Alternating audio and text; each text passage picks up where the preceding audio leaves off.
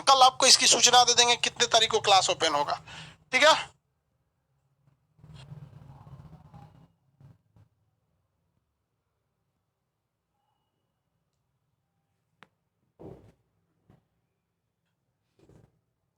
Tokyo Olympic देख रहे हैं क्या? देख मतलब भारत में तो ओलंपिक को लेकर कोई खास प्लानिंग होती नहीं है, लेकिन फिर भी हमारे खिलाड़ियों ने अपने दम पर बहुत मेहनत किया है। चलिए, हम आपको हिस्ट्री का टाइमिंग थोड़ा सा डिस्टर्ब रहा था इधर, हम आप इस टाइम हिस्ट्री बता रहे हैं आपको, विजयनगर के बारे में पढ़ा रहे थे। आप याद कीजिए कि हम आपको पहले पढ़ाए थे कौन सा, दिल्ली सल्तनत। दिल्ली सल्तनत सेम उसी तरह ये भी है, दिल्ली सल्तनत। दिल्ली सल्तनत में कुल कितने राजवंश थे भैया? 4 5। कौन सा पहला? गुलाम वंश, स्लेव डायनेस्टी, गुलाम के वंश, खिलजी वंश, खिलजी वंश, तुगलक वंश। ये 3 थोड़ा कम लायक थे सब। इसके बाद ये दोनों बकलोल हुआ सब, चाहे वो सैयद वंश हो चाहे वो लोधी वंश हो, दोनों में से कोई खास काम का नहीं हुआ। इसके बाद कौन सा वंश था दिल्ली सल्तनत के बाद? 6वां नंबर पे आएगा मुगल वंश, मुगल वंश। लेकिन हम आपको बताए थे कि तुगलक वंश में शासन था मोहम्मद बिन तुगलक का। इस मोहम्मद बिन तुगलक के शासनकाल में 2 साम्राज्य अलग हो गए थे। एक था विजयनगर और दूसरा था, बताइए आप बताइए, विजयनगर हम बता दिए, दूसरा आप बताइए। विजयनगर के बाद कौन सा अलग हुआ था? दूसरा आप बता भाई। मुगल वंश बहमनी, कल बताए भी थे हमको, बहमनी, बहमनी वंश। ये 2 वंश थे। तो हमको इसी में इसको पढ़ लेना है, वरना अगर हम गलती से भी मुगल में चले जाएंगे तो मुगल वाले के बाद मुगल की टॉपिक बहुत लंबी होती है, फिर ये छूटा ही रह जाएगा। तो हमें कौन सा वंश पढ़ना है? ये विजयनगर। देखिए, विजयनगर के बारे में हम समझते हैं। विजयनगर दक्षिण भारत में कर्नाटक राज्य में पड़ता है। विजयनगर दक्षिण भारत के कहां पड़ता है भैया? कर्नाटक राज्य में पड़ता है। तो ये था दिल्ली। दिल्ली में शासक था कौन सा? मोहम्मद बिन तुगलक। ये बात है 1346 ईस्वी की, 1346 ईस्वी की थी दिल्ली में। मोहम्मद बिन तुगलक के शासन का पीडीएफ बाबू बोल रहे हैं ना भी, आपको सैटरडे को मिलेगा, सैटरडे या संडे तक में पीडीएफ मिलेगा, एक ही बार आप लोग का अच्छा खासा पीडीएफ मिल जाएगा। तो आपको पीडीएफ के लिए थोड़ा सा इस बार वेट कर लीजिए। तो 1346 में मोहम्मद बिन तुगलक ने दक्षिण भारत में अपने सैनिकों को भेजा और दक्षिण भारत से 2 भाइयों को पकड़ के मंगवाया। एक का नाम था हरिहर, दूसरे का नाम था बुक्का। हरिहर एवं बुक्का 2 भाई थे सब। सर आगे देखिए, हरिहर एवं बुक्का कितने भाई थे भाई? हरिहर एवं बुक्का नामक 2 भाई थे सब। इन 2 भाइयों में से इन्हें किसने पकड़ के लाया? मोहम्मद बिन तुगलक। और सेनापति से बुलाया दिल्ली में, और दिल्ली में इन लोगों को अपना अधीन बना लिया और कहा कि तुम इस्लाम धर्म अपना लो। बहुत होशियार था सभी सब। इसने देखा सब कि भाई उसके चंगुल में फंसे हैं, जैसा बोल रहा है वैसे चुपचाप कर लो। तो इसने क्या किया? इस्लाम धर्म को अपना लिया। इन लोगों ने इस्लाम धर्म को अपना लिया। अब ये मोहम्मद बिन तुगलक कितना बड़ा बैल था, आप इसे समझिए। इतना बड़ा बैल था ससुराइए कि इसने इन्हीं लोगों को कहा कि अच्छा तुम वापस जाओ और पूरी तरह से विजयनगर को जीत के आओ। भैया ये विजयनगर के ही दोनों भाई थे सब। इन्हीं को पकड़ के कहा इस्लाम धर्म अपना लिया, चलो ठीक है वापस जाओ। जब ये वापस गए तो इन्होंने कहा कि आप कौन सी, आप कैसा? तो इनके गुरु मिल गए विद्यारण्य। इनके गुरु कौन से मिल गए? विद्यारण्य,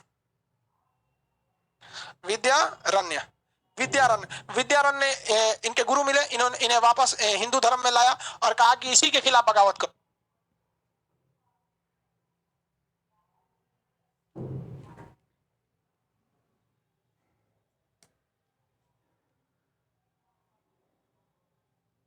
इन 2 भाइयों में से इन्हें किसने पकड़ के लाया? मोहम्मद बिन तुगलक। और सेनापति से बुलाया दिल्ली में, और दिल्ली में इन लोगों को अपना अधीन बना लिया और कहा कि तुम इस्लाम धर्म अपना लो। बहुत होशियार था सभी सब। इसने देखा सब कि भाई उसके चंगुल में फंसे हैं, जैसा बोल रहा है वैसे चुपचाप कर लो। तो इसने क्या किया? इस्लाम धर्म को अपना लिया। इन लोगों ने इस्लाम धर्म को अपना लिया। अब ये मोहम्मद बिन तुगलक कितना बड़ा बैल था, आप इसे समझिए। इतना बड़ा बैल था ससुराइए कि इसने इन्हीं लोगों को कहा कि अच्छा तुम वापस जाओ और पूरी तरह से विजयनगर को जीत के आओ। भैया ये विजयनगर के ही दोनों भाई थे सब। इन्हीं को पकड़ के कहा इस्लाम धर्म अपना लिया, चलो ठीक है वापस जाओ। जब ये वापस गए तो इन्होंने कहा कि आप कौन सी, आप कैसा? तो इनके गुरु मिल गए विद्यारण्य। इनके गुरु कौन से मिल गए? विद्यारण्य,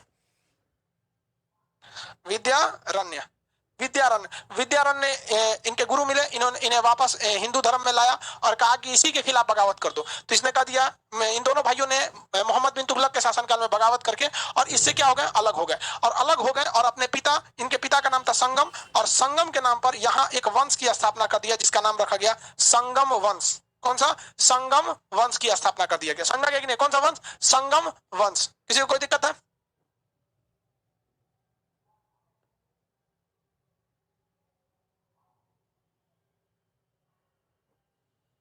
बताइए, विजयनगर पर स्थापित होने वाला पहला वंश कौन सा था?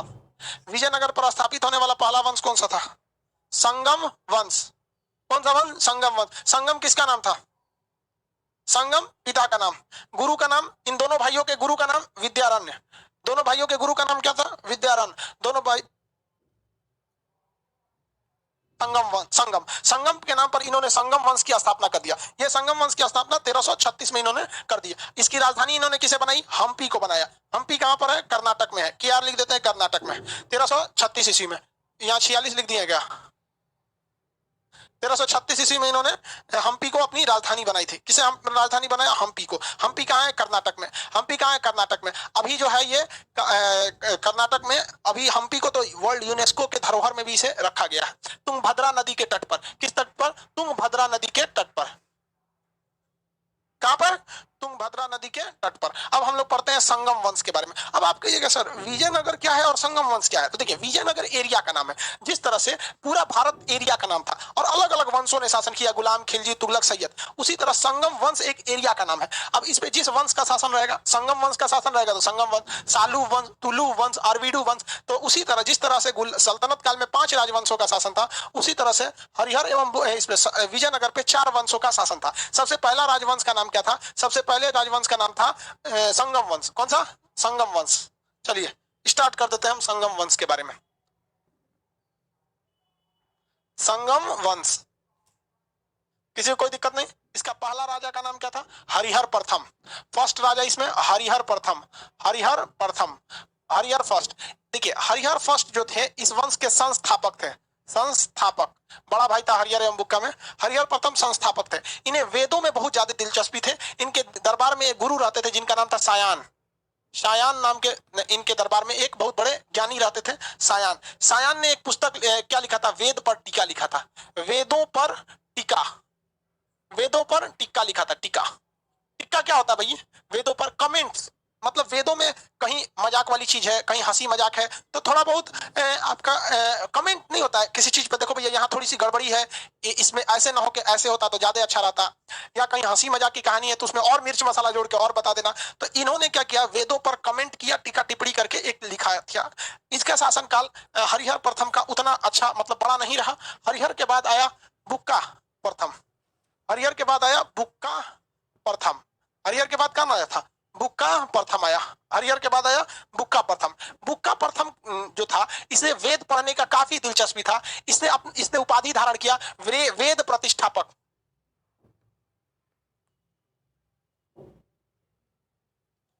वेद प्रतिष्ठापक। वेद प्रतिष्ठापक की उपाधि किसने धारण किया? बुक्का प्रथम। वेद प्रतिष्ठापक का उपाधि धारण किया बुक्का प्रथम। बुक्का प्रथम के समय एक दिक्कत हो गया। क्या चीज दिक्कत हुआ? रायचूर दोआब को लेकर एक बवाल हो गया। रायचूर दोआब। रायचूर दोआब क्या थी भैया? एक भूमि का टुकड़ा, बहुत ही उपजाऊ जगह थी रायचूर दोआब। इस रायचूर दोआब पर कब्जा करने के लिए चालू हो गए सब बहमनी साम्राज्य वाले और विजयनगर। क्योंकि विजयनगर भी टूटा था मोहम्मद बिन तुगलक से, वो भी दक्षिण भारत में था। और विजयनगर और बहमनी और विजयनगर दोनों मोहम्मद बिन तुगलक के शासनकाल से टूटे थे और दक्षिण भारत में थे। दोनों में क्या हो गया? बवाल हो गया। तो ये रायचूर को लेकर दोआब में युद्ध हुआ और ये युद्ध 200 सालों तक चला था। खानदानी युद्ध था। जैसे कभी कभी किसी में खानदान में झगड़ा चलता है, नहीं देखते खानदानी दुश्मनी 100-200 साल से चले आ रहा है, तो ऐसी होती है खानदानी दुश्मनी। समझा गया कि नहीं? रायचूर दोआब तुंगभद्रा नदी के पास था। रायचूर दोआब बहुत ही ज्यादा उपजाऊ था। अब इस पर बहमनी क्या चाहते थे कि हम कब्जा कर लें। जैसे दोनों दक्षिण भारत में थे, ये विजयनगर हो गया, ये बहमनी हो गया। सॉरी, विजयनगर नीचे था, बहमनी ऊपर था। ये विजयनगर और ये बहमनी। तो बहमनी वाला चाहता था कि हम जीत जाए, विजयनगर चाहता था हम जीत जाए। दोनों के बीच में आता था रायचूर दोआब। तो इसके बीच में युद्ध हो गया और इस पर आक्रमण कर दिया मोहम्मद प्रथम ने। किसने आक्रमण किया? मोहम्मद प्रथम। मोहम्मद प्रथम जो था, मोहम्मद प्रथम ने किसे हरा दिया? बुक्का प्रथम को पराजित कर दिया। बुक्का प्रथम को पराजित कर दिया, हरा दिया। पराजित क्या कर दिया भैया? पराजित कर दिया, हरा दिया था इन्हें। और हराने के बाद रायचूर दोआब का थोड़ा सा हिस्सा अपने पे कब्जा कर लिया। कंप्लीट रायचूर दोआब कब्जे में नहीं आई थी। कंप्लीट रायचूर दोआब किसी के कब्जे में नहीं गया था, हमेशा से विवादित रहा था। अब इसके बाद अगला शासक जो बना इस वंश का, उसका नाम था देवराय प्रथम। Devaraya first. Devaraya first. Devaraya first जो था ये बहुत ही योग्य शासक था। इसने तुंगभद्रा नदी पर, कौन सी नदी पर? तुंगभद्रा नदी पर। तुंगभद्रा नदी पर क्या बनवा दिया? बांध बनवा दिया। बांध, और इस बांध से क्या निकलवा दिया? नहर निकलवा दिया, नहर। तुंगभद्रा नदी पर क्या बनवा दिया? बांध, और इससे क्या बना दिया? नहर बनवा दिया। इसके शासन काल में फिर बहमनी वालों ने आक्रमण किया। तो जिस तरह से यहाँ बुक्का के बाद अगला शासक देवराय प्रथम बन गया है, उसी तरह वहां मोहम्मद प्रथम की जगह पर अगला शासक फिरोज शाह बहमन बन गया था। कौन बन गया? फिरोज शाह बहमन, बहमन, फिरोज शाह बहमन बन गया। कौन बन गया? फिरोज शाह बहमन बन गया था। और फिरोज शाह बहमन ने फिर से पराजित कर दिया, किसको? देवराय प्रथम को पराजित कर दिया। वहां मोहम्मद प्रथम ने पराजित किया था, फिरोज शाह बहमन ने देवराय को पराजित कर दिया। देवराय प्रथम को क्या कर दिया? पराजित कर दिया, हरा दिया, पराजित कर दिया। लेकिन इन दोनों के बीच में पारिवारिक संबंध और वैवाहिक संबंध स्थापित हो गए। जैसे देखते थे ना इंटरकास्ट मैरिज, जैसे अकबर का विवाह जोधाबाई से हो गया, उस टाइप में यहाँ पर क्या हो गया? वैवाहिक संबंध, वैवाहिक संबंध बन गया। अब दोनों रिश्तेदार हो गए सब। इस वैवाहिक संबंध से दोनों को आपसी लड़ाई थोड़ी सी कम हुई। इसने मुस्लिम सैनिकों को अपने यहाँ शामिल कर लिया, मुस्लिम सैनिकों को शामिल कर लिया अपनी सेना में। मुस्लिम सैनिकों को भी शामिल करने वाला शासक का नाम क्या था? देवराय प्रथम। और मुस्लिम सैनिकों में सबसे योग्य कौन थे? तो तुर्क के धनुर्धर थे। कौन थे? तुर्क धनुर्धर, तुर्क, तुर्क धनुर्धर। अब भाई ये सब तुर्क क्षेत्र, तुर्की के नहीं, तुर्क क्षेत्र, जैसे हम कहते हैं हिंद, तो हिंदुस्तान तो भैया आसाम में भी आएगा, कर्नाटक भी आता है, कश्मीर भी आता है, वैसे तुर्क एक बहुत बड़ा एरिया था। तो इसने तुर्क धनुर्धरों को शामिल किया। ये क्वेश्चन बहुत बार पूछता है कि विजयनगर का वह शासक जिसने अपने सेना में तुर्क धनुर्धरों को शामिल किया था, किसे शामिल किया भैया? तुर्क धनुर्धरों को। किसे शामिल किया? तुर्क धनुर्धरों को शामिल किया। किसे शामिल किया? तुर्क धनुर्धरों को। क्वेश्चन बताइए, विजयनगर साम्राज्य की स्थापना 1336 ईस्वी में किस दिल्ली सल्तनत के राजा के वक्त में हुई थी?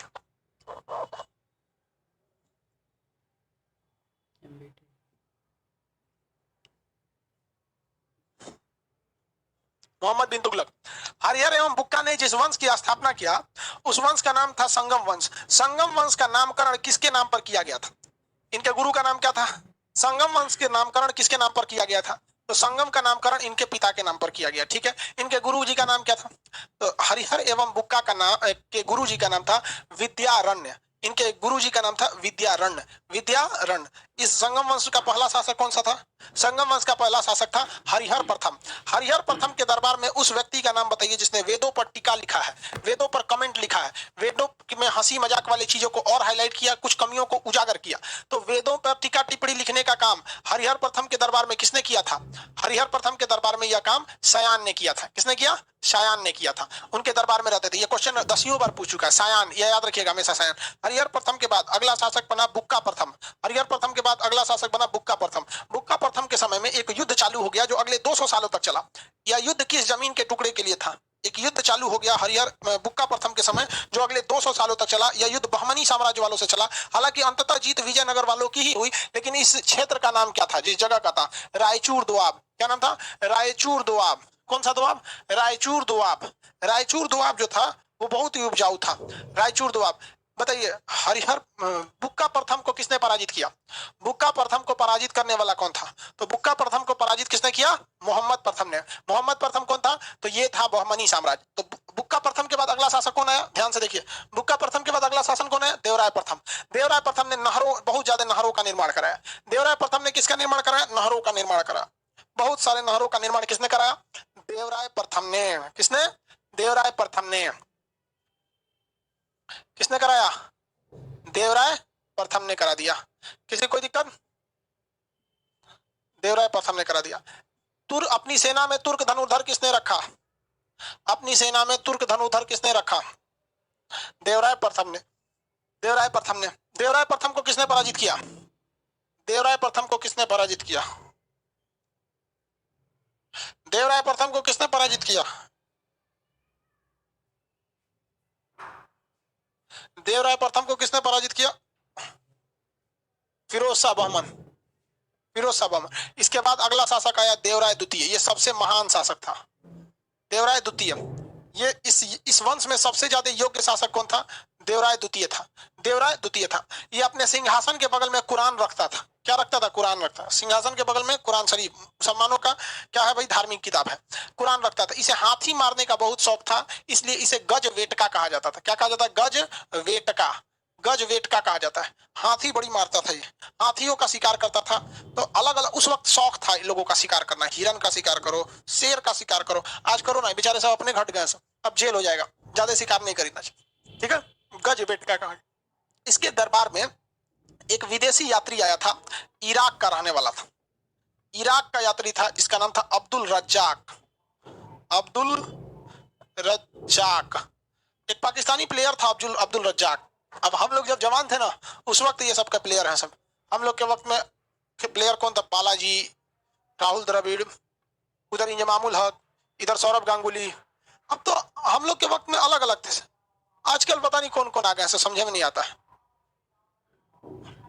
चलिए ध्यान से देखिए, कौन आया था भैया? अब्दुल रज्जाक, इराक का। इसने एक किताब लिखा है जिस किताब का नाम है मतलाए साहिन। क्या नाम है किताब का? मतलाए साहिन। मतलाए साहिन। इस मतलाए साहिन फारसी भाषा में लिखी गई है। किस भाषा में? फारसी भाषा में लिखी गई है। इसमें संगम काल के बारे में जानकारी मिलती है। आजकल कोहली है, हम लोग के वक्त में कोहली वोहली कुछ नहीं थे लोग, उस समय का दुनिया अलग था वो।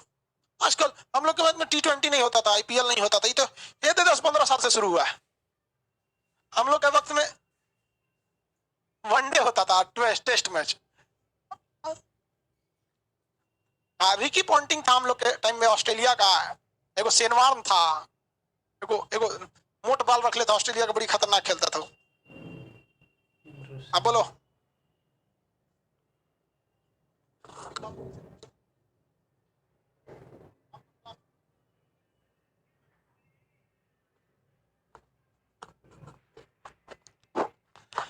देखो भाई, अब्दुल रज्जाक की पुस्तक का नाम क्या था? मतलाए साहिन। किस भाषा में है? फारसी भाषा में।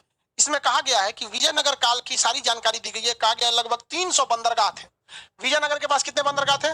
300 बंदरगाह थे।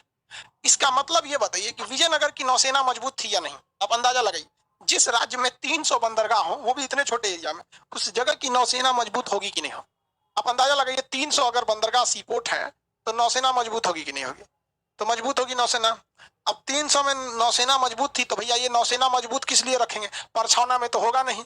तो इसके लिए नौसेना मजबूत थी, तो इन्होंने युद्ध भी किया होगा कहीं ना कहीं। तो इस ससुरा ने श्रीलंका पर आक्रमण कर दिया। कहाँ आक्रमण किया? श्रीलंका। देख रहे हैं, हनुमान जी का प्रसादी बना दिया है श्रीलंका को। ये श्रीलंका पर तीसरा आक्रमण है। श्रीलंका पर आक्रमण करने वाला कृष्णदेवराय तीसरा शासक था।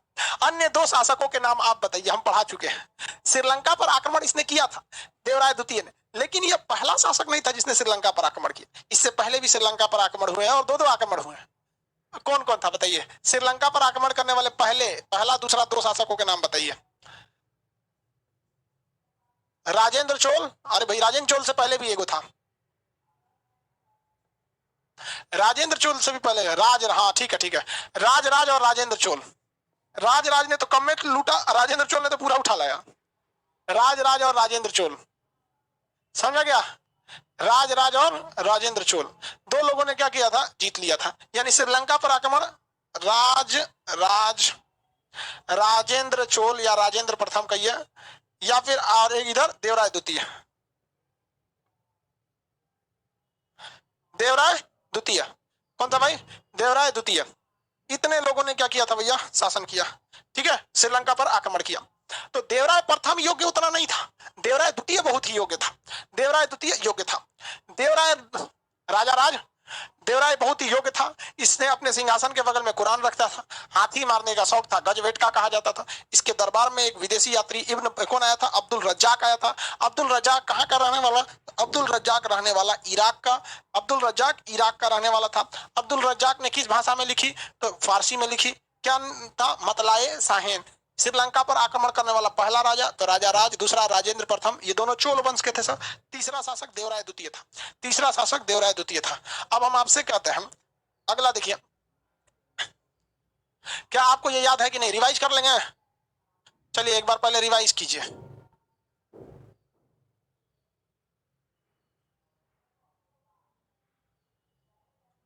एक बार रिवाइज कीजिए।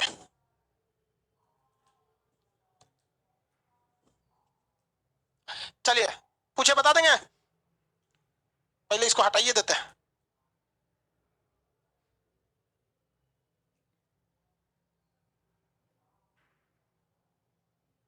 इसको हटा ही देते हैं। अब सवाल पूछते हैं, तुर्क धनुर्धरों को किसने शामिल किया था? अपनी सेना में तुर्क धनुर्धरों को शामिल करने वाला विजयनगर साम्राज्य का शासक कौन था? चलिए वेरी गुड। कौन शामिल किया भाई? देवराय तुर्क धनुर्धरों को शामिल किया, देवराय प्रथम ने शामिल किया। चलिए दूसरा बताइए। तुंगभद्रा नदी पर नहरों की जाल बिछाया, देवराय प्रथम ने। सयान किसके दरबार में रहते थे? वेदों पर कमेंट लिखने वाले सयान किसके दरबार में रहते थे? वेदों पर टीका टिप्पणी यानी कमेंट लिखने वाले सयान किसके दरबार में रहते थे? वेदों पर कमेंट या टीका टिप्पणी लिखने वाले सयान किसके दरबार में रहते थे? वेदों पे कमेंट लिखने वाले देवराय हरिहर प्रथम के दरबार में रहते थे। चलिए, विजयनगर साम्राज्य में यानी संगम वंश में सबसे योग्य शासक कौन था? संगम वंश का सबसे योग्य शासक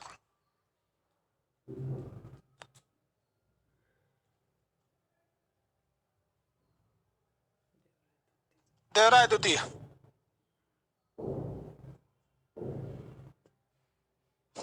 चलिए अगला देखते हैं। अब जरूरी नहीं कि सारे लोग अब योग्य ही आएंगे। अब देवराय द्वितीय योग्य आ गया तो अब बकलोलों का भी तो आना जरूरी है। अब यहाँ एक शासक आया मल्लिकार्जुन।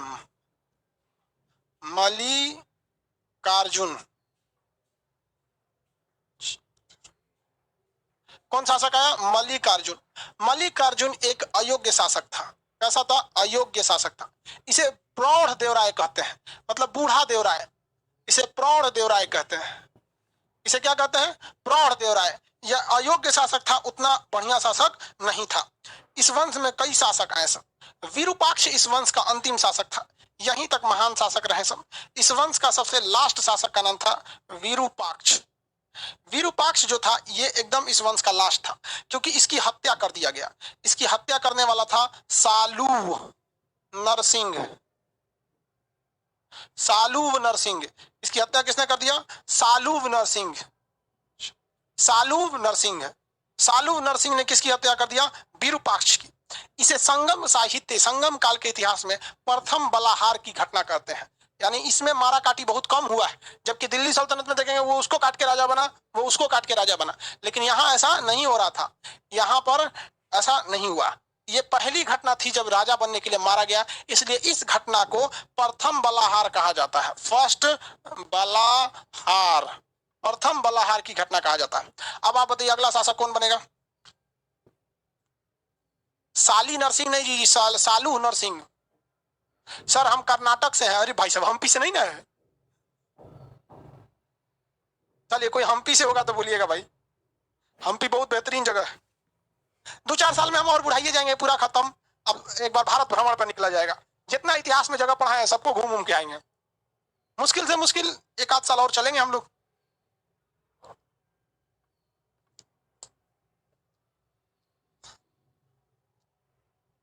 ये बताओ भैया, राजा कौन बनेगा?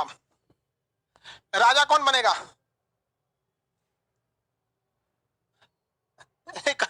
वो कह रहा है सर हम बनेंगे। यहाँ चिड़िया उड़ खेल रहा है, राजा कौन बनेगा। हम पूछ रहे हैं कि यहाँ राजा कौन बनेगा, अगर हम बनेंगे। चोर सिपाही वाला गेम खेल रहा है कि हम बनेंगे। सालू नरसिंह बनेगा। कौन बनेगा? सालू नरसिंह। सालू नरसिंह बनेगा तो इसकी हत्या किया था, इसका मतलब ये इस वंश का नहीं था, सेनापति था। इसने क्या करेगा? एक नया वंश स्थापित करेगा अपने नाम पर, सालूव वंश। कौन सा वंश? सालू वंश। संगम वंश अब क्या हो गया? खत्म हो गया। संगम वंश खत्म हो गया। सालू वंश के संस्थापक कौन थे? सालूव नरसिंह। सालूव नरसिंह। सालूव नरसिंह। सालू नरसिंह। सालू नरसिंह। ये सारे के सारे शासक जितने थे अयोग्य थे। इसमें कोई भी बेहतरीन शासक नहीं हुआ। सब मार कसोट करने वाले थे सब। कोई इसमें योग्य शासक नहीं था। इस वंश के संस्थापक का नाम था सालू नरसिंह। इस वंश का लास्ट शासक हुआ जिसका नाम था इम्माडी नरसिंह। इम्माडी नरसिंह। ये इम्माडी नरसिंह जो था ये भी बकलोल था। तो इम्माडी नरसिंह का जो सेनापति था उसका नाम था वीर नरसिंह। वीर नरसिंह। क्या नाम था? वीर नरसिंह। इसने कहा कि आप भी मरिए, इसको मार दिया। ये कहा कि मर जाइए आप। इस घटना को कहा गया सेकेंड बलाहार। बलाहार। द्वितीय बलाहार की घटना किसे कहा गया? सालू। देखिए सालू नरसिंह ने मारा विरूपाक्ष को, और खुद स्थापना कर लिया सालू वंश की। इसको लगा हम बहुत अच्छा रहेंगे, लेकिन इसके वंश में गलती से इसके यहाँ का डीएनए डिफेक्टेड था, सब अकलेल बकलेल होने लगे सब। तो जब इसके शासन काल में सब अकलेल बकलेल हुए सब, कोई अच्छा शासक ही नहीं बना। इस वंश का अंतिम शासक इम्माडी था। इम्माडी नरसिंह को मार दिया वीर नरसिंह, और कहा कि भागो अब हमारा शासन रहेगा। तो बताओ भैया अब अगला शासक कौन बनेगा? वीर नरसिंह। कौन बनेगा? वीर नरसिंह। वंश सेम रहेगा या डिफरेंट? वंश सेम रहेगा या डिफरेंट? आप बताइए, वंश सेम रखें या डिफरेंस रखें? कौन सा वंश? अब वंश यही रहेगा कि चेंज करना पड़ेगा वंश? वंश करना पड़ेगा चेंज, वंश करना पड़ेगा चेंज। अब यहां आ जाएगा वंश का नाम हो जाएगा तुलु वंश। कौन सा वंश? तुलु वंश। अगला वंश हो गया तुलु। सालू वंश जो था, सालू वंश शुरू होते खत्म हो गया। तुलु वंश ये सबसे योग्य वंश था। विजयनगर पे जितने वंश शासन किए उन सब में सबसे योग्य वंश तुलु वंश, जिसके संस्थापक का नाम था वीर नरसिंह। वीर नरसिंह,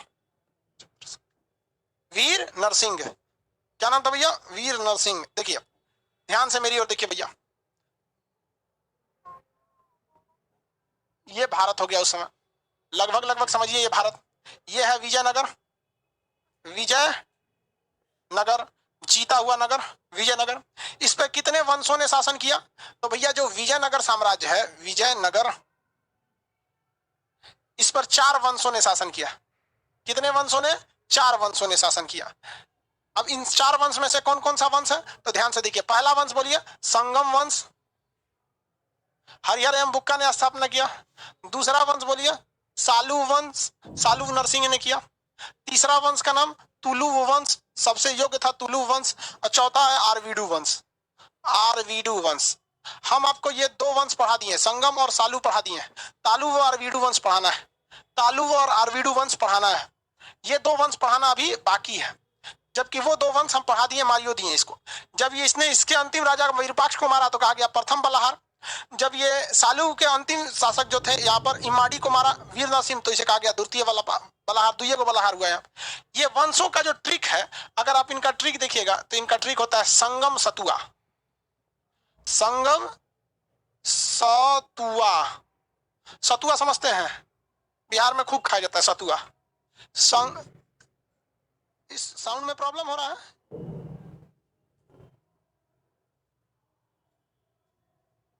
ये वो चाइनीज भाषा में लिख रहा है। हाँ? बैटरी खत्म होने वाला। संगम सतुआ, सतुआ होता है मकई का आटा, मकई का आटा और चना का आटा मिला के खाया जाता है। समझ में आ गया?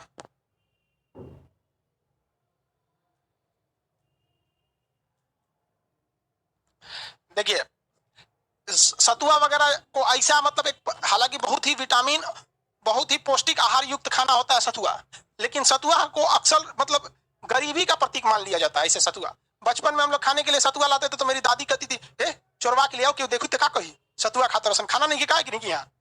तो सतु चोरवा के लाने का मतलब समझते हैं, छुपा के लाना। तो मेरी दादी कहती थी सतुआ अगर लाते हो ना तो छुपा के लाया करो, कोई देखेगा तो क्या कहेगा। तो समाज में अलग अलग रीति बन जाती है, मतलब नियत मर्दों की खराब होती है और घूंघट औरतों के निकलवा दिए जाते हैं, तो रीतियों का क्या कहिएगा। तो सतुआ जो होता है ना अक्सर मतलब गरीबी का द्योतक, ऐसा समाज में एक बांध दिया गया उसको। अब इस गरीबी में भी 2 टाइप का गरीबी, देखिए सतुआ 2 टाइप का, एक मकई के आटा का सतुआ, वो सस्ता मिलता है। एक चना को भून दिया जाता है, और चना भूनने के बाद जो सतुआ बनता है वो अच्छा सतुआ माना जाता है। तो खाना तो चाहिए अच्छा सतुआ वाला, लेकिन गरीबी के चक्कर में आदमी क्या करता है कि दोनों को मिला देता है। तो मकई का सस्ता पड़ता है, इसलिए ज्यादा होने से पेट भर जाता है, बट टेस्ट नहीं आता है। तो चने का सतुआ मिला के उसमें डाल के नमक वमक डाल के अचार चटनी हेन तेन से खा लिया जाता है सतुआ। तो बिहार का ये बहुत प्रमुख भोजन है सतुआ। तो इसका इसका क्या चीज कहिएगा भाई, ट्रिक क्या हो गया? संगम सतुआ। संगम से कौन सा वंश? सालू वंश। संगम से कौन सा हो गया? सालू वंश। स से क्या हो गया? संगम से संगम वंश, सालू वंश नहीं, संगम से संगम वंश। सालू, स से सालू वंश, कौन सा वंश? सालू वंश। त से तुलु वंश, अ से आरवीडू वंश। टोटल कितने वंश हो गए? 4 वंशों ने यहाँ पर। दिल्ली सल्तनत में गुलाब खिले तो सांस लो,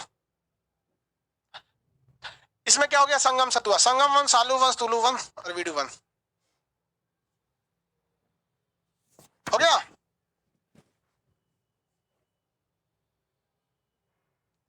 किसी किसी को कोई दिक्कत नहीं है? चलो भाई, अब हम लोग को कौन सा वंश पढ़ना है आप बताइए, कौन सा वंश पढ़ा है? संगम वंश तो पढ़ा दिए अच्छे से। संगम वंश की स्थापना हरियर एवं बुक्का नामक दो भाइयों ने अपने पिता संगम के नाम पर किया था। इस वंश का पहला शासक हरियर था। हरियर के दरबार में क्या रहते थे? हरियर प्रथम के दरबार में कौन रहा करते थे? सायन रहते थे, जिन्होंने वेदों पर टीका लिखा। इस वंश का दूसरा शासक बुक्का प्रथम बना। बुक्का प्रथम ने अपने वेद प्रतिष्ठापक की उपाधि धारण किया। इसके शासनकाल में रायचूर दोआब को लेकर युद्ध चालू हो गया। मोहम्मद प्रथम ने इसे पराजित कर दिया। इस वंश का अगला शासक देवराय प्रथम बना। देवराय प्रथम ने तिंगरा नदी पर नहरों का जाल बिछा के सिंचाई का काम प्रारंभ किया। इसके समय में फिरोज शाह बहमन ने इसे पराजित कर दिया। पराजित करने के बाद दोनों में वैवाहिक संबंध स्थापित हो गए। इसने अपनी सेना में मुस्लिमों को भी शामिल कर लिया। इसके सानुना में सबसे तुर्क धनुर्धरों को भी शामिल किया। इस वंश का अगला शासक देवराय द्वितीय बना, जो सबसे योग्य शासक था। अपने सिंहासन के बगल में कुरान रखता था। हाथी मारने का शौक था। गजवेट का कहा जाता था। इसके दरबार में इराक का यात्री अब्दुल रज्जाक आया था, जिसकी रचना फारसी में लिखी गई मतलाए साहिन है, जिसमें विजयनगर साम्राज्य की जानकारी लिखी गई और कहा गया कि उसमें 300 बंदरगाह था। इसकी नौसेना प्रमुख थी। यह तीसरा शासक था जिसने श्रीलंका पर आक्रमण कर दिया। राजा राज और राजेंद्र प्रथम के बाद ये तीसरा शासक था। इस वंश का अगला शासक मल्लिकार्जुन, जिसे प्रौढ़ देवराय कहते हैं, अयोग्य था। इस वंश का सबसे अंतिम शासक का नाम बताइए आप लोग। विरूपाक्ष। मार दिया किसने? सालू नरसिंह ने। प्रथम बलागार। सालू नरसिंह ने कौन सी स्थापना कर दी? सालू वंश की, किंतु अयोग्य था। इस वंश का सबसे अंतिम शासक था इमाडी नरसिंह। इनाडी नरसिंह को मार दिया। वीर नरसिंह मीर नरसिंह को मारने की घटना को द्वितीय बलागार करते हैं। अगला वंश की स्थापना हो गया तुलु वंश। कौन सा वंश पढ़ाते हैं? तुलु वंश। हो गया, खत्म हो गया। मुश्किल से मुश्किल देखोगे 2 मिनट नहीं लगाओ। रिवीजन करने में कितना मिनट लगता है? 2 मिनट। धड़धड़ा एकदम रिवीजन मारो यार। अल्लाह का रिवीजन का पढ़ना रिवीजन बराबर बना देता है।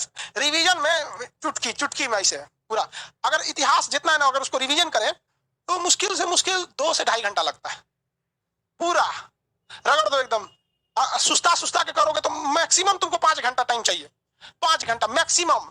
तो सोचो, अगर इतिहास एक बार पढ़ लो, हफ्ते में एक घंटा समय निकाल लो। हाँ, प्राचीन इतिहास आज निपटा देते हैं 1-2 घंटा में, मध्यकालीन 1-2 घंटा में निपटा देते हैं, उधर निपटा देते हैं। क्या दिक्कत है? अब समझाना थोड़ी है। अब जब पढ़ा दिए हैं, पढ़ाने में टाइम लगता है क्योंकि वहां समझाना रहता है। रिवीजन में क्या आग मार दिए यहाँ पे। 1326 मोहम्मद बिन तुगलक के समय में टूट के अलग हुआ। इन्हें मुस्लिम धर्म अपना लिया था, वापस भेजा तो अपने गुरु विद्यारण के राह में शरण में आके दोबारा इन लोगों ने हिंदू धर्म अपना के विजयनगर साम्राज्य की स्थापना करते। इसमें कौन सी करना है? चलो तुलु वंश की देखते हैं हम लोग। कौन सा वंश? तुलु वंश। ये रहा। तो देखिए भैया, तुलु वंश की स्थापना किसने किया? वीर नरसिंह ने। वीर नरसिंह ने मारा था इमाडी को द्वितीय बलहार की घटना कर। वीर नरसिंह का पुर्तगाली गवर्नर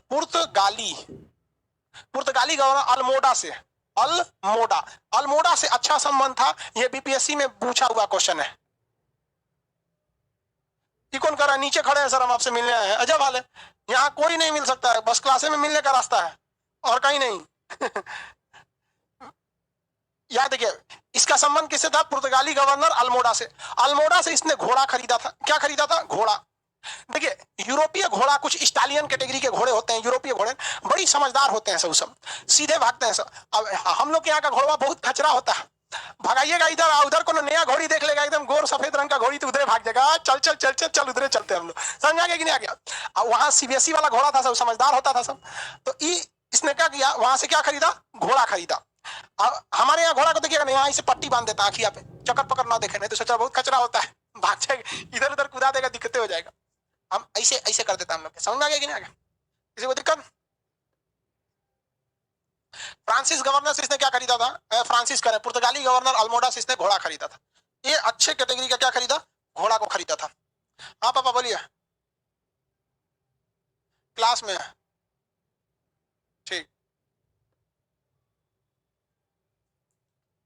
चलिए ध्यान दीजिए। अब इसका ये वो बढ़िया काम था, घोड़ा खरीदा था। इस वंश का अगला शासक बना कृष्ण देव राय। याद रखिएगा, कृष्ण देव राय। बबुआ मेरी ओर तनी ध्यान दो। सीबीएसई वाला घोड़ा, हाँ वो यूरोप में सीबीएसई वाला घोड़ा रहता है सब। दुनिया के हर जानवर में कैटेगरी मिलेगा, एगो हिंदी मीडियम वाला, एगो सीबीएसई बोर्ड वाला। समझ में गया? जो थोड़ा सा कमजोर टाइप का रहा है, इसे कमजोर जानवर सीबीएसई। और सीबीएसई वाला में एक ही खासियत रहता है, साफ सुथरा रहता है सब, बस। और कोई खासियत तो कुछ खास रहता नहीं। हिंदी मीडियम वाले से लड़ाई होगा तो पटक देगा सही से। चलो ध्यान दो, ये जो है कृष्ण देव राय, जरा ध्यान से इधर मेरी ओर समझिए तो थोड़ा। अब मेरी ओर ध्यान से देखिए। विजयनगर की स्थापना जब हो रही थी तो यहाँ तुगलक वंश चल रहा था। तो इसमें संगम वंश, तो जब तुगलक वंश था तो यहाँ संगम वंश था। सैयद वंश आया तो यहाँ सालू वंश आया। लोधी वंश आया तो यहाँ तुलु वंश आ गया। अब तुलु वंश चल ही रहा था कि लोधी वंश मरा के मुगल आ गए। अब मुगल में शुरुआत किसने किया? बाबर ने किया। तो जब यहाँ बाबर आ रहा था, तो विजयनगर साम्राज्य में किसका शासन चल रहा था? कृष्ण देव राय का। बाबर ने अपनी आत्मकथा तुजुक ए बाबरी में कहा है कि जब मैंने भारत पर आक्रमण किया तो उस समय सबसे योग्य शासक कृष्णदेवराय था। सोचिए, अपनी किताब में भी बाबर कहता है कि सबसे योग्य शासक कृष्णदेवराय था। तो क्वेश्चन पूछेगा कि बाबर का समकालीन कौन था? कृष्णदेवराय। और सबसे योग्य शासक था कृष्णदेवराय। कृष्णदेवराय जब सिंहासन पर बैठा तो बहमनी साम्राज्य के राजाओं से कहा, तुम्हारे पास दो रास्ते हैं, या तो तुम रायचूर दोआब हमें दे दो, या तो इस दुनिया को छोड़ के चल जाओ। उन्होंने कहा, ऐसे कैसे कहता है, युद्ध होगा। कृष्णदेवराय ने युद्ध किया, सबको सुता के रख दिया और कहा कि रायचूर दोआब किसका होगा? मेरा होगा। जो 200 सालों से युद्ध चलता आ रहा है, उस युद्ध को आज हम पूर्ण विराम देते हैं। तो पूरी तरह से रायचूर दोआब पर अधिकार किसका हो गया? विजयनगर साम्राज्य का। जबकि इससे पहले विजयनगर साम्राज्य वालों ने हारा ही है, चाहे वो बुक्का प्रथम हो, मोहम्मद प्रथम से हारे हो, देवराय प्रथम हो, फिरोज शाह बहमन से हारे हो, लेकिन इसने क्या कर दिया? हरा दिया। रायचूर दोआब पर अधिकार किसका हो गया? कृष्णदेवराय का। कृष्णदेवराय ने यहाँ उपाधि धारण किया आंध्र भोज तथा अभिनव भोज। आंध्र भोज और अभिनव भोज की उपाधि धारण किया। आंध्र भोज और अभिनव भोज, आंध्र भोज और अभिनव भोज, आंध्र भोज और अभिनव भोज की उपाधि धारण किया। कहा गया ससुरा हम जीते हैं। आंध्र भोज और अभिनव भोज की उपाधि धारण किया। कृष्णदेवराय की साहित्य में बहुत रचना थी। इसने पुस्तक की रचना किया है। एक पुस्तक का नाम है जामवती कल्याणम और आमुक्त माल्यद। आमुक्त माल्यद और जामवती कल्याणम, दो पुस्तक लिखा है इसने। आमुक्त माल्यद और एक का नाम है जामवती कल्याणम। कल्याणम, जामवती कल्याणम। विजयनगर साम्राज्य का सबसे प्रतापी शासक कृष्णदेवराय किसका समकालीन था? बाबर का समकालीन था। किसका समकालीन था? बाबर का। इसने रायचूर दोआब को सुता कर रख दिया, एकदम पूरी तरह से रायचूर दोआब पर कब्जा कर लिया। दो उपाधि धारण किया, आंध्र भोज और अभिनव भोज। इसे पुस्तक लिखने में काफी रुचि थी। इसे पुस्तक लिखने में काफी रुचि थी। इसने दो पुस्तक लिखा था, आमुक्त माल्य तेलुगु भाषा में, जामवती कल्याणम संस्कृत भाषा में। इसे तेलुगु भाषा में बहुत ज्यादा दिलचस्पी थी। इसे किस भाषा में दिलचस्पी थी? तेलुगु भाषा में। इसके दरबार में अष्ट दिग्गज रहते थे। कौन रहते थे? अष्ट दिग्गज। ये 8 विद्वान थे तेलुगु भाषा के। तेलुगु भाषा के कितने विद्वान थे? 8 विद्वान थे। तेलुगु भाषा के 8 विद्वान थे, जिनका क्या कहा जाता था? अष्ट दिग्गज। जबकि शिवाजी के शासनकाल में अष्ट प्रधान रहते थे। शिवाजी आगे पढ़ाएंगे, शिवाजी के शासनकाल में अष्ट प्रधान रहते थे। तो अष्ट दिग्गज कितने भाषा, किस भाषा के जानकार थे? तेलुगु भाषा के 8 विद्वानों को अष्ट दिग्गज कहा जाता है। इन अष्ट दिग्गज में जो 2 सबसे महान थे, उनका नाम था अलसी पेडन्ना और एक का नाम था तेनालीराम। तो इन अष्ट दिग्गज में 2 सबसे प्रमुख का नाम बताइए। अलसी पेडन्ना, अलसी पेडन्ना, और दूसरे का नाम तेनालीराम, तेनालीराम, दूसरे का नाम तेनालीराम। अलसी पेडन्ना और तेनालीराम, ये क्या थे? अष्ट दिग्गज में 2 सबसे प्रधान थे, अलसी पेडन्ना और तेनालीराम। अलसी पेडन्ना और तेनालीराम, अलसी पेडन्ना तथा तेनालीराम तेलुगु भाषा के विद्वान थे।